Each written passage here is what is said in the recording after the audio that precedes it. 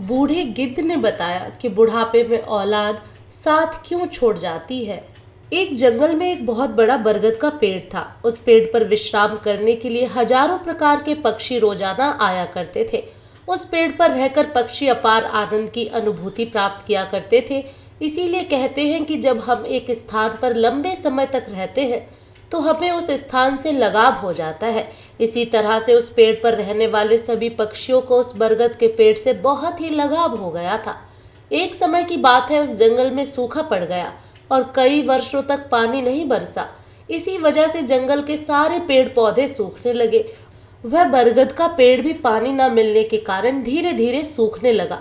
इसके अलावा समस्त पक्षी भी उस वृक्ष को छोड़कर जाने लगे। जब वह पेड़ एक दिन पूरी तरीके से सूख गया, जब उस वृक्ष के पत्ते और डालियां नीचे गिरने लगे, तो उस पेड़ पर रहने वाले सभी पक्षी उस पेड़ को त्याग कर किसी दूसरी जगह पर चले गए। केवल बेचारा एक बूढ़ा गिद्ध उस बरगद के पेड़ पर अकेला ही बैठा रह गया। उसने देखा उस पेड़ पर रहने वाले सारे पक्षी एक एक करके उस पेड़ से जा चुके हैं। कुछ पक्षियों ने उस बूढ़े गिद्ध से भी चलने के लिए कहा, परंतु उस बूढ़े गिद्ध ने जाने से मना कर दिया। उस बूढ़े गिद्ध ने सोचा कि मेरा जन्म तो इसी पेड़ पर हुआ है, इसी पेड़ पर मैं खेल कूद कर बड़ा हुआ हूँ। मेरे जीवन के सारे सुख इसी पेड़ बरगद के पेड़ ने दिए हैं, और आज जब इस पेड़ पर मुसीबत आन पड़ी है तो इसे मैं मुसीबत में छोड़कर भला कैसे चला जाऊं। इस पेड़ ने मुझे पाल पोस कर बड़ा किया है, इसने सुख दुख में मेरा साथ दिया है, इसलिए मैं इस वृक्ष का ऋणी हूँ। मैं जीते जी इस पेड़ को छोड़कर नहीं जाऊंगा। वे लोग बड़े खुदगर्ज होते हैं जो अपने माता पिता को बुढ़ापे की अवस्था में छोड़कर चले जाते हैं या फिर विदेश में रहकर सुखपूर्वक जीवन यापन करते हैं, और अपने सुख के कारण वह अपने घर पर रहने वाले अपने बूढ़े माता पिता को भूल जाते हैं। तो ऐसी संतान के लिए धिक्कार है जो बुढ़ापे की अवस्था में अपने माता पिता का सहारा न बन सके। मित्रों, सोचो, जब तुम असहाय थे तो तुम्हारे माता पिता ने तुम्हारा साथ छोड़ा था। जब तुम बीमार हो गए थे तब वे तुम्हें छोड़कर कहीं गए थे क्या? जब तुमने किसी से झगड़ा किया या तुम कभी संकट में पड़े थे तो क्या ऐसे में तुम्हारे माँ बाप ने तुम्हें अकेला छोड़ा था? जब उनके मन में किसी अच्छी चीज को खाने की इच्छा उत्पन्न हुई थी तब उन्होंने वह चीज तुम्हें छोड़कर कभी अकेले खाई थी? क्या आज वह बेचारे बूढ़े हो गए तो आज तुम्हें उनसे घृणा होने लगी? परंतु तुम्हारे लिए तुम्हारे माता पिता ने इतना किया, तुम अपने माता पिता के लिए इतना भी नहीं कर सकते कि उनके बुढ़ापे की लाठी बनकर उनका सहारा बन सको। उस बूढ़े गिद्ध ने मरते दम तक उस पेड़ का साथ न छोड़ने की कसम खाई थी। इसी प्रकार से कुछ दिन और बीते तो वह पेड़ पूरी तरीके से जर्जर हो गया। उसे दीमक काटने लगा, लेकिन वह बूढ़े गिद्ध उस पेड़ को छोड़कर नहीं गया। दिन में थोड़ा बहुत इधर उधर घूमकर अपना भोजन जुटा लेता था और शाम होने पर इस सूखे बरगद के पेड़ पर आकर बैठ जाता था। इस तरह कई दिन हो गए। जो पक्षी उसे छोड़कर दूसरे स्थान पर चले गए थे, उन्होंने सोचा कि बूढ़ा गिद्ध अभी भी उस सूखे वृक्ष पर बैठे रहते हैं, क्यों न हम सब मिलकर उनके पास चलें और उन्हें समझा बुझाकर अपने पास बुला लाएं। यही सोचकर कुछ पक्षी बूढ़े गिद्ध के पास चले गए और उन्होंने बूढ़े गिद्ध से अपने साथ चलने का आग्रह किया। काका, तुम कहाँ इस सूखे हुए वृक्ष पर बैठे रहते हो? इस वृक्ष का जीवन खत्म हो गया है। मरने वाले के साथ में मरना कहाँ की समझदारी है? वही जीविका श्रेष्ठ है जिसमें धर्म की हानि ना हो। वही देश श्रेष्ठ है जिसका कुटुंब का पालन हो सके। यह वृक्ष बिल्कुल जर्जर हो गया है। दीमक इसे रात दिन काटे जा रही है। किसी दिन हवा के तेज झोंके के साथ ही गिर जाएगा।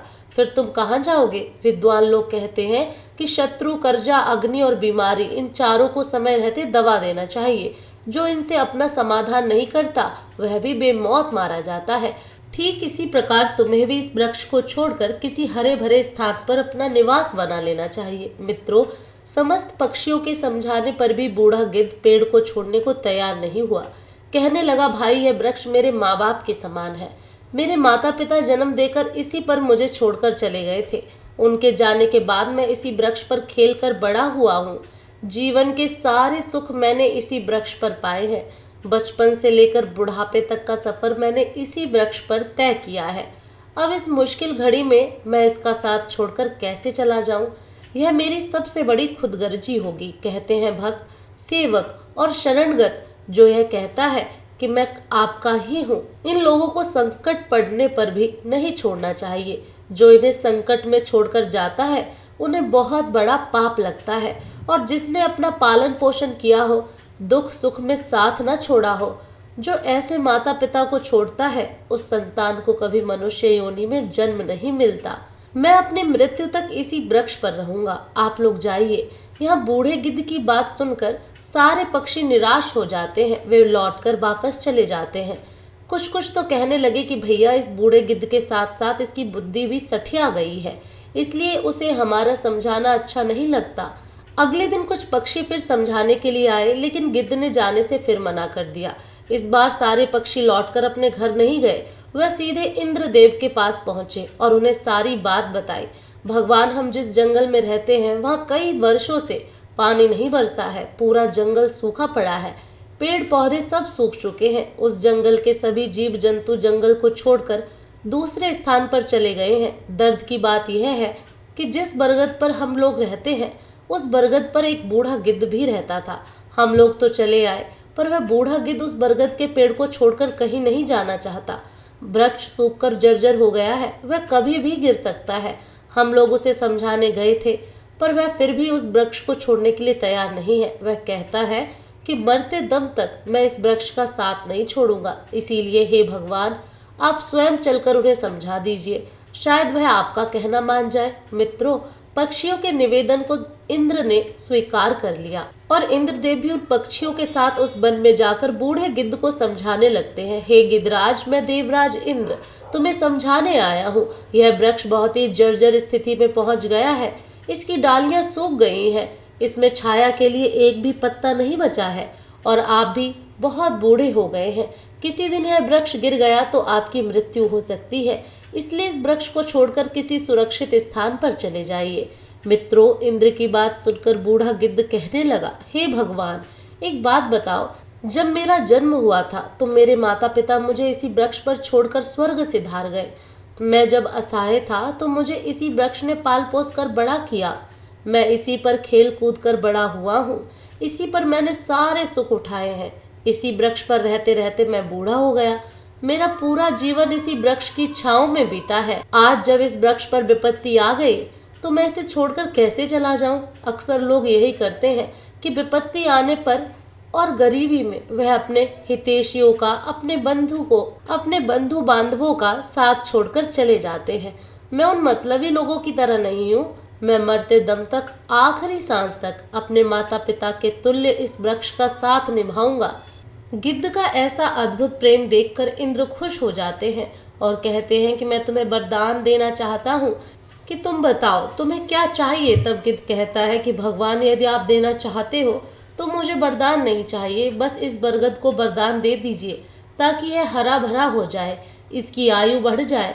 मैं तो वैसे भी बूढ़ा हो चुका हूँ, थोड़े बहुत ही दिन का जीवन बचा है। मेरे बाद इस वृक्ष की छाया में हजारों पक्षी सुखी रहेंगे, सबका भला होगा तो मुझे भी खुशी होगी। गिद्ध की बात सुनकर इंद्रदेव ने उस वृक्ष को फिर से हरा भरा बना दिया, पूरे जंगल में पानी बरसा दिया, सारे जंगल के वृक्ष हरे भरे हो गए, चारों तरफ हरियाली छा गई। जो जीव जंतु पशु पक्षी जंगल को छोड़ करके चले गए थे वह फिर से इस जंगल में लौट आए। सारे पंछी इस बरगद में आकर कलरव करने लगे। सब पक्षी उस बूढ़े गिद्ध काका की बहुत सेवा करने लगे, उनका दाना पानी वहीं ला करके देते थे। मित्रों, इस प्रकार गिद्ध का शेष जीवन सुखपूर्वक व्यतीत हो गया। हमें भी इस कहानी से सीख लेनी चाहिए कि अपनों का बुरे वक्त में कभी साथ नहीं छोड़ना चाहिए, खास करके जिसने आपको जन्म दिया है, उस माँ का और पालन पोषण करने वाले पिता का। वह आपके जीवन दाता है, आपको पाल पोस कर बड़ा करने में उन्होंने बहुत तकलीफ उठाई है। उनके बुढ़ापे में उनका सहारा नहीं बन पाए तो यह जीवन किसी काम का नहीं रहेगा।